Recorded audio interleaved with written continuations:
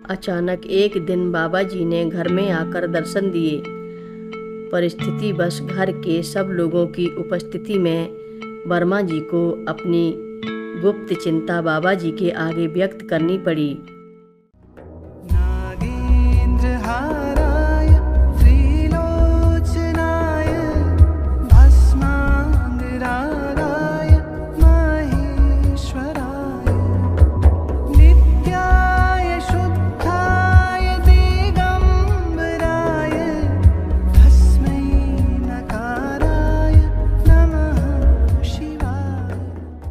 रक्षा सूत्र चैनल पर सभी भक्तों का स्वागत है।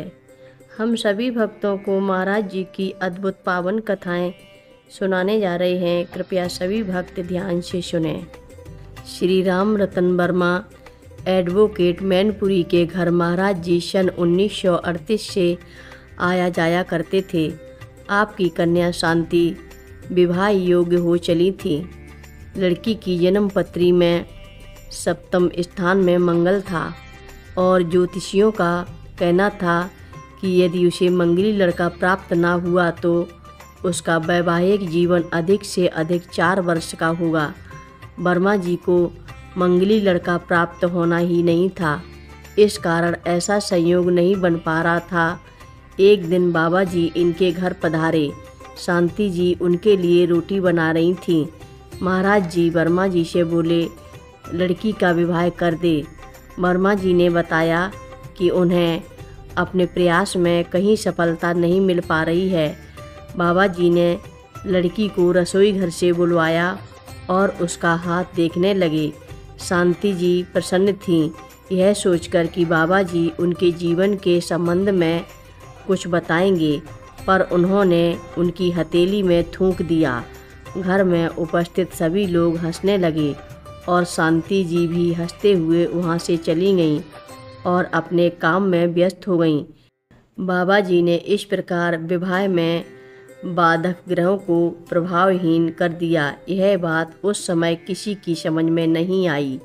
इसके बाद बाबा जी ने स्वयं जयपुर में एक लड़का बताया और उससे विवाह करने को कहा। वर्मा जी ने निवेदन किया कि वहाँ यह कार्य संभव नहीं है, क्योंकि पड़ोस में बिरादरी की एक लड़की के लिए वहाँ बातें चल रही हैं। बाबा जी तुरंत बोले, उनका काम नहीं बनेगा, तू बातें कर। बाबा जी की बात सच्ची उतरी और वर्मा जी को अपनी बात चलाने का अवसर मिला। बाबा जी की कृपा से वे इस कार्य में सफल हो गए। यह लड़का मंगली नहीं था, पर घर वाले बिना जन्मपत्री मिलाए विवाह करना चाहते थे। आप अपनी तुष्टि हेतु लड़के की जन्म पत्री मांग लाए। ज्योतिषियों से परामर्श लेने पर उन्होंने 4 वर्षों के भीतर ही लड़के के डूबने की संभावना बताई। बाबा जी का आदेश था, आपने विवाह पक्का कर ही दिया था, पर मन में आपके दुश्चिंता घर कर गई।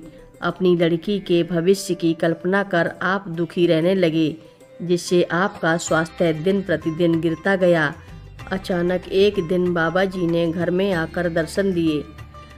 परिस्थिति बस घर के सब लोगों की उपस्थिति में वर्मा जी को अपनी गुप्त चिंता बाबा जी के आगे व्यक्त करनी पड़ी और इस प्रकार लड़की की भी जानकारी में यह बात आ गई। बाबा जी बोले, विधि का विधान ऐसा ही है, शादी कर दे। हर रोज़ महाराज जी की कथाएं सुनने के लिए रक्षा सूत्र चैनल को अवश्य सब्सक्राइब करें, शेयर करें और लाइक करें। घंटी बजाना ना भूलें। कमेंट बॉक्स में लिख भेजें, जय नीव करोरी बाबा जी महाराज। बोलो नीव करोरी बाबा जी महाराज की जय बोलो। महाराज जी की कथाएं अंग्रेजी में सुनने के लिए रक्षा सूत्र इंग्लिश को अवश्य सब्सक्राइब करें। लिंक डिस्क्रिप्शन में उपलब्ध है।